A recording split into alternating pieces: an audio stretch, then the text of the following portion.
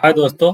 अब हम डिस्कस कर रहे हैं लेटेस्ट सी बुक के चैप्टर नंबर 15 स्ट्रिंग के स्टैंडर्ड लाइब्रेरी स्ट्रिंग फंक्शन की स्ट्रिंग्स को मैनिपुलेट करने के लिए हमारे पास में कुछ हेडर फाइल डिफाइंड है, उनके अंदर कुछ फंक्शंस डिफाइंड है, उनको किस तरीके से हम यूज कर सकते हैं, उनका क्या पर्पस होता है। तो अभी तक हम डिस्कस कर चुके हैं कि किस तरीके से स्ट्रिंग की लेंथ हम निकाल सकते हैं कि पर्टिकुलर स्ट्रिंग के अंदर कितने कैरेक्टर्स हैं। अगर हमने कैरेक्टर की साइज डिफाइन नहीं कर रखी हो, डायरेक्ट हमने स्ट्रिंग के थ्रू उसको इनिशियलाइज कर दिया है, तो उसके अंदर कितने नंबर ऑफ कैरेक्टर्स हैं ये हम आइडेंटिफाई कर सकते हैं str-len के थ्रू। इस तरीके से हम अगर हमें दो स्ट्रिंग्स को कंपेयर करना हो तो हम यूज कर सकते हैं strcmp। सेम प्रोसेस के थ्रू अगर हमें किसी एक स्ट्रिंग को दूसरी स्ट्रिंग के अंदर कॉपी करना हो तो हम यूज कर सकते हैं strcpy। एक स्ट्रिंग के लास्ट में कुछ ऐड करना हो या पहले कुछ ऐड करना हो, कुछ कैरेक्टर्स ऐड करने हो, कुछ सब स्ट्रिंग ऐड करनी हो तो हम यूज कर सकते हैं strcat। इस तरह से काफी सारे फंक्शंस हम ऑलरेडी डिस्कशन कर चुके हैं किस तरीके से दो स्ट्रिंग्स के बीच में कंपेरिजन करा जा सकता है, कौन सी स्ट्रिंग बड़ी है कौन सी स्ट्रिंग छोटी है। बड़ी छोटी का मतलब है यहाँ पे कंपेरेटिवली ग्रेटर देन है, लेस देन है, इस तरीके से। अब हम डिस्कस कर रहे हैं आज की वीडियो के अंदर strchr, मतलब कि किसी कैरेक्टर को फाइंड करना, किसी स्ट्रिंग के अंदर किसी कैरेक्टर को फाइंड करना या फिर किसी पर्टिकुलर स्ट्रिंग को एक स्ट्रिंग के अंदर फाइंड आउट करना।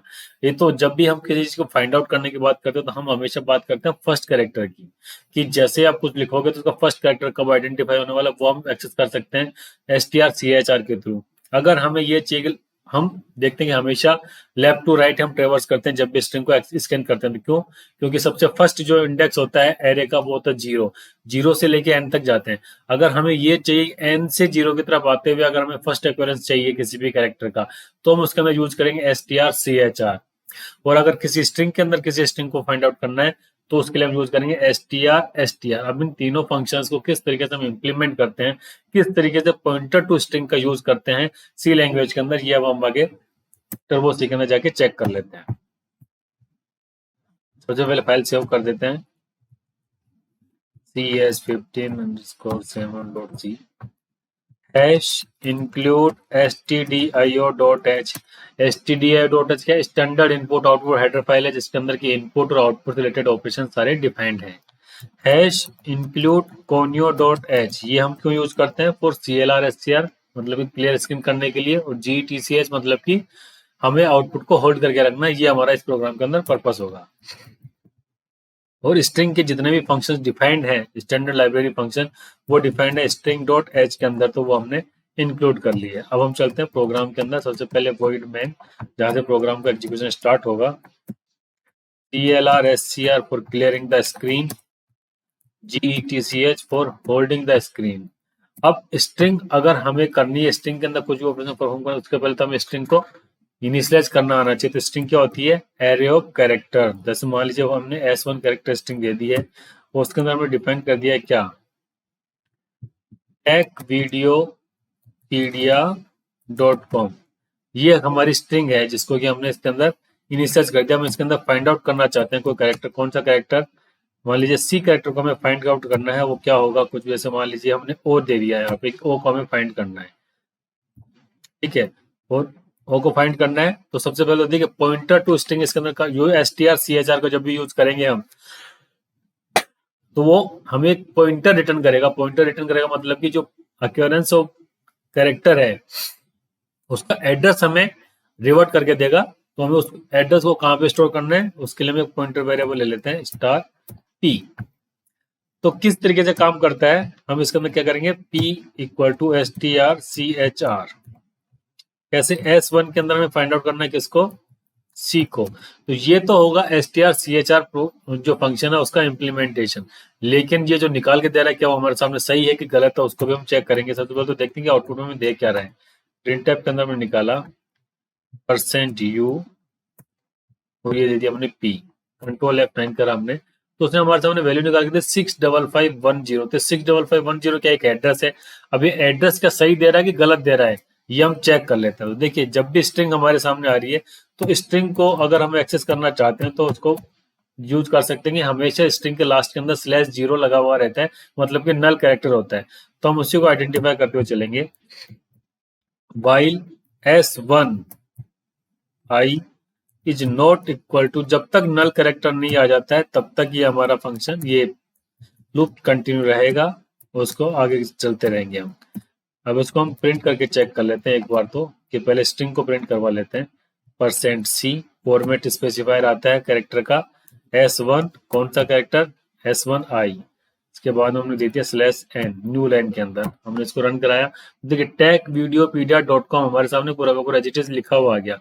अब पर्टिकुलर एड्रेस, पर्टिकुलर कैरेक्टर है, उसका कोई ना कोई एड्रेस होगा, उस एड्रेस को हमें एक्सेस करना तो क्या करते हैं, /t मतलब टैब लगा दिए, और एड्रेस को एक्सेस करने के लिए %u लगाते हैं फॉर्मेट स्पेसिफायर, और ये लगाने के लिए हमें एड्रेस लिखाना है, तो क्या करेंगे, एड्रेस ऑफ S1I। इसको रन कराते हैं। देखिए ये एड्रेस हमारे सामने लिखा हुआ है। अब हम चेक करते हैं कि 65510 कब आ रहा है। सबसे पहले आ रहा है 65502, 03, 04, 05, 06, 07, 08, 09, 10 कहाँ आ रहा है, ओ को, मतलब ओ सबसे पहले फर्स्ट अकरेंस जैसे ये उसका मेमोरी का एड्रेस हमें इसने निकाल के दे दिया। किसने दे दिया, strchr ने। अब strchr ने निकाल के दे दिया, लेकिन हमें तो क्या चाहिए, इसका इंडेक्स वैल्यू चाहिए, किस इंडेक्स के ऊपर ये हमारे पास में वैल्यू अवेलेबल है। तो उसके लिए क्या करेंगे, किस तरीके से इसको प्रिंट करते हैं हम,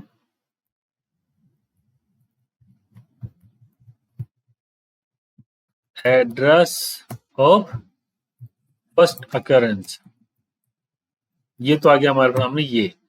अब अकरेंस तो आ गई है, लेकिन फर्स्ट जो कैरेक्टर फाइंड हुआ है उसका इंडेक्स क्या है, इंडेक्स कैसे निकालेंगे, printf %d, इंडेक्स वैल्यू तो क्या होगी हमारे पास, कोई इंटीजर वैल्यू होगी, और वो कैसे निकालेंगे हम इसके ऊपर, पॉइंटर टू स्ट्रिंग, पॉइंटर हमने क्या लिख रखा p, और स्ट्रिंग क्या डिफाइन कर रखा हमने S1, मतलब कि किस पॉइंटर को किस स्ट्रिंग के अंदर हमें आइडेंटिफाई एक्सेस करवा रहे हैं या पॉइंट आउट कर रहे हैं, वो हम यहाँ पे लिखेंगे। इसको हम रन कराते हैं। देखिए इसने निकाल के दिया हमें, एड्रेस ऑफ फर्स्ट अकरेंस जा रहे 65512, और इंडेक्स आ रहा है 8। इंडेक्स भी लिख देते हैं यहाँ पे, index of first occurrence is, ये आ गया। देखिए इंडेक्स के ऊपर चलते, टी का इंडेक्स हुआ 0, ई का हुआ 1, फिर 2, 3, 4, 5, 6, 7, 8, 8 नंबर के ऊपर ओ आया है हमारे पास में, तो 8 नंबर इसने दे दिया हमें। तो इस तरीके से strchr का यूज करते हैं जब हमें लेफ्ट टू राइट अगर स्कैन कर रहे हैं किसी स्ट्रिंग को, तो उस टाइम पे उसकी कौन सी अक्यूरेंस आ रही है, किस पर्टिकुलर इंडेक्स के ऊपर कौन सा कैरेक्टर अवेलेबल है, पहली बार वो हमें strchr के थ्रू मिल जाता है। अब हमें strchr ना करके अगर हमें ये चाहिए कि राइट साइड से सबसे पहले हम चेक करते हैं, तो क्या करेंगे, strrchr, उसको हम रन कराते हैं। देखिए इसने क्या बोला, एड्रेस ऑफ फर्स्ट अकरेंस, पहले क्या रहा था हमारे पास 65510, जब हम लेफ्ट टू राइट जा रहे थे। अब हमें राइट टू लेफ्ट जाना है, तो राइट में सबसे पहला आ रहा है 65521, सेकंड आ गया 65520 पे आ गया ओ, तो इसने एड्रेस क्या दे दिया हमारे सामने 65520, और इंडेक्स क्या दे दिया, जो कि हमारा काउंटिंग इंडेक्स होता हुआ रह जाएगा, उसका टोटल क्या इंडेक्स था वो। तो इस तरीके से strchr का यूज होता है किस लिए, लेफ्ट टू राइट स्कैन करने के लिए, और strrchr का यूज होता है राइट टू लेफ्ट स्कैन करने के लिए। इस तरीके से हम एक पर्टिकुलर स्ट्रिंग के अंदर कैरेक्टर को फाइंड कर सकते हैं। अब हमें ये चाहिए कि हम तो चाहते हैं कि पर्टिकुलर कैरेक्टर को फाइंड नहीं करना, हमें तो पूरी पूरी एक स्ट्रिंग को फाइंड करना है। तो स्ट्रिंग को जब भी फाइंड करेंगे तो हम लेफ्ट टू राइट स्कैन करेंगे, और वो हमेशा फर्स्ट कैरेक्टर को ही हमें डिनोट करेगा, उसका एड्रेस हमें निकाल के देगा। जैसे मान लीजिए कि ये कैरेक्टर आ रहा था, इस कैरेक्टर की जगह पे हम अब इसके अंदर स्कैन करके दे देते हैं। इसको मैं कमेंट कर दूं, P equal to STR, string के अंदर स्ट्रिंग को अगर हमें सर्च करना है तो S1 के अंदर किसको सर्च करना है, ये स्ट्रिंग हम लिख देते हैं, यहाँ पे लिख देते हैं हम IA को जब सर्च करेंगे तो सबसे पहले हमें I का जैसे इंडेक्स मिलेगा, तो ये हमें निकाल के देगा। और उसको देखते हैं क्या आ रहा है हमारे पास में आउटपुट में। देखिए एड्रेस ऑफ फर्स्ट अक्यूरेंस 65516, किसका दे रहा है, आई कहां पर आ रहा है हमारे पास में 65516 के ऊपर, और इंडेक्स ऑफ फर्स्ट अक्यूरेंस कितना आ रहा है, ये आ गया हमारे पास में, जो भी हमारा 12 नंबर के इंडेक्स के ऊपर आ रहा है 65516। तो इस तरीके से हमने पूरी पूरी वैल्यू फाइंड आउट कर ली कि कहाँ पे कौन से स्ट्रिंग को फाइंड कर सकते हैं, किस कैरेक्टर को फाइंड कर सकते हैं। कैरेक्टर को फाइंड करना तो strchr, राइट से अगर स्कैन करना तो strrchr, और स्ट्रिंग के अंदर स्ट्रिंग को फाइंड आउट करना तो हमें क्या यूज करना होगा, str। तो ये तीनों फंक्शंस को यूज करते हैं पर्टिकुलर स्ट्रिंग के अंदर कैरेक्टर को आइडेंटिफाई करने के लिए या फिर स्ट्रिंग को फाइंड आउट करने के लिए।